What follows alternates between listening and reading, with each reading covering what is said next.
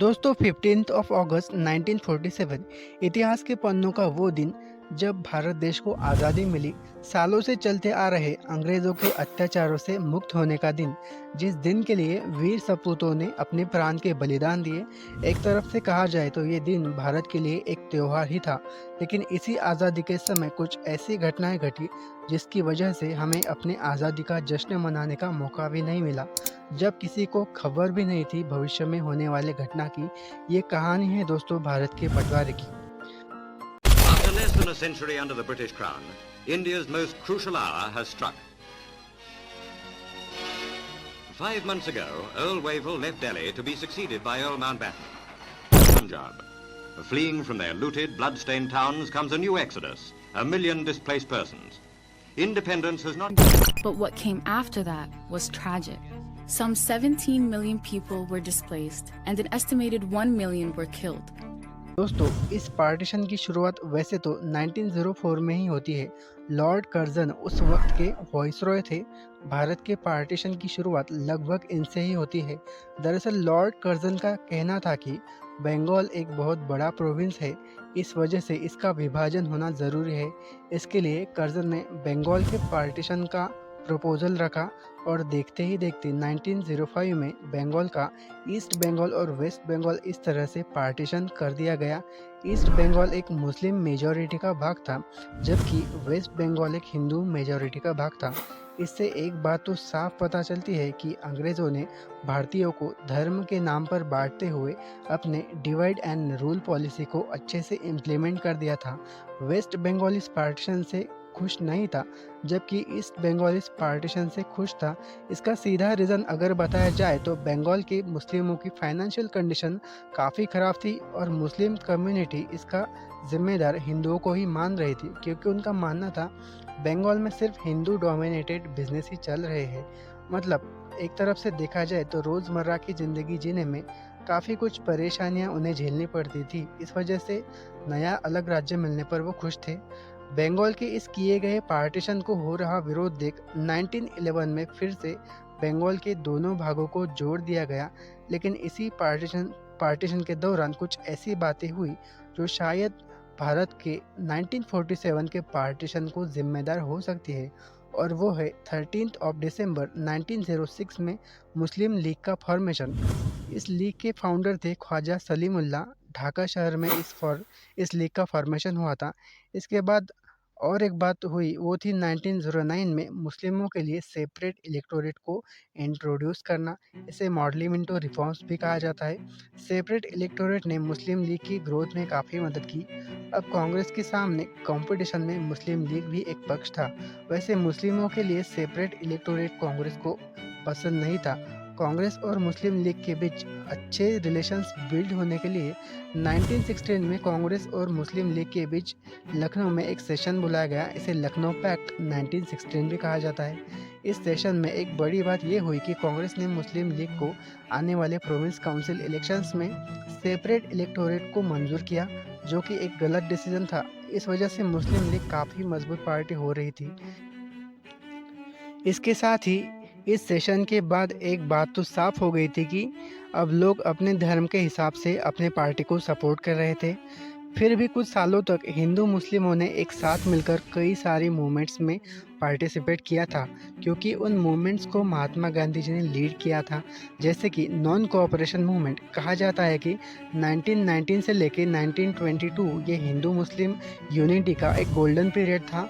लेकिन 4 फरवरी 1922 के चौरी चौरा इंसिडेंट में हुए हिंसा के कारण गांधी जी बहुत दुखी थे, और इसी के चलते 12 फरवरी 1922 को गांधी जी ने नॉन कोऑपरेशन मूवमेंट को बंद किया। इसके बाद 1923 से लेकर 1927 तक कुल 88 कम्युनल राइट्स देखने को मिली। इस हिसाब से देखा जाए तो उस वक्त कम्युनलिज्म एक बहुत बड़ा प्रॉब्लम बन गया था। 1930 तक लगभग भारत का पार्टीशन होने की संभावना महसूस हो रही थी। 1933 में कैम्ब्रिज यूनिवर्सिटी में पढ़ने वाले और पार्टीशन एक्टिविस्ट चौधरी रहमत अली ने सबसे पहले पाकिस्तान नाम का सजेशन दिया था। 1937 के प्रोविंशियल इलेक्शंस में मुस्लिम लीग को कुछ खास सक्सेस नहीं मिला। 1940 में मुस्लिम लीग ने लाहौर रिजोल्यूशन को पास किया। लाहौर में बड़ी संख्या में मुस्लिम डेलीगेट्स होने की वजह से सेपरेट नेशन के लिए ज़्यादा मांग हो रही थी। 1945 के सेंट्रल लेजिस्लेटिव इलेक्शंस में मुस्लिम लीग को बहुत अच्छी सफलता मिली। मुस्लिम रिजर्व कुल 30% सीट्स जीतने में मुस्लिम लीग को कामयाबी मिली और इस वजह से मुस्लिम लीग अब एक मजबूत पार्टी बन गई थी। कम्युनलिज्म की वजह से बढ़ते तनाव के कारण अंग्रेज़ अब पावर ट्रांसफ़र के लिए हलचल कर रहे थे। इसके बाद 16 अगस्त 1946 इस दिन को डायरेक्ट एक्शन के लिए फिक्स किया गया। इस दिन काफ़ी बड़े दंगे हुए थे। ब्रिटिशों ने जैसे तैसे इन दंगों को कंट्रोल किया और पार्टीशन का प्रॉब्लम सॉल्व करने के लिए वाइसरॉय माउंटबेटन को अपॉइंट किया गया। इसके बाद माउंटबेटन ने एक प्लान प्रिपेयर किया था जो था भारत और पाकिस्तान का विभाजन। पंडित नेहरू और मोहम्मद अली जिन्ना दोनों ने ही इस प्लान को मंजूर किया और इसी के साथ गांधी जी का unity of Indians of all religions का सपना भी टूट गया था। गांधी जी इस पार्टीशन से बहुत दुखी थे। पंडित नेहरू भी इस पार्टीशन से खुश नहीं थे, लेकिन देश में बड़ी संख्या में हो रहे दंगों की वजह से उन्हें पार्टीशन को मंजूर करना पड़ा। वही मोहम्मद अली जिन्ना देश के पार्टीशन को लेकर अड़े हुए थे।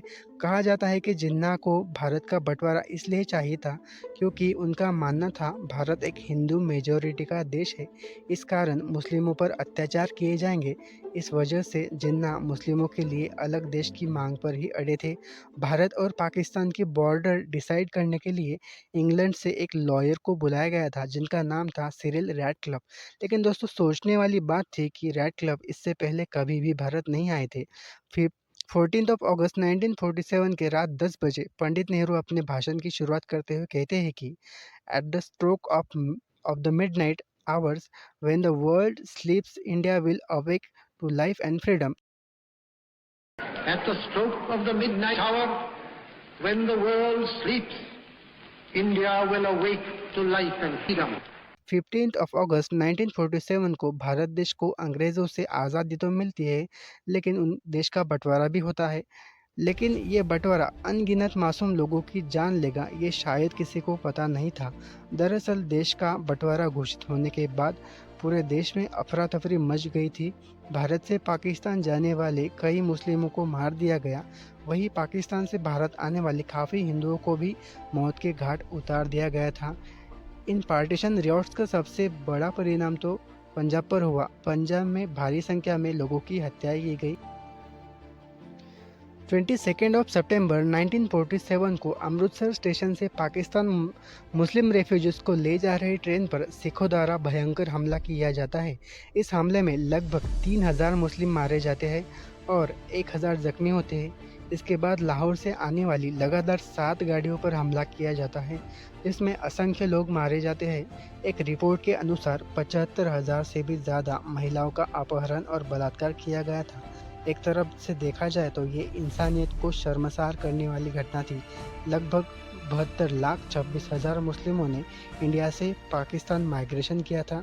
वही 72,49,000 हिंदू और सिखों ने भी पाकिस्तान से इंडिया माइग्रेशन किया था और ये दुनिया का सबसे बड़ा ह्यूमन माइग्रेशन था।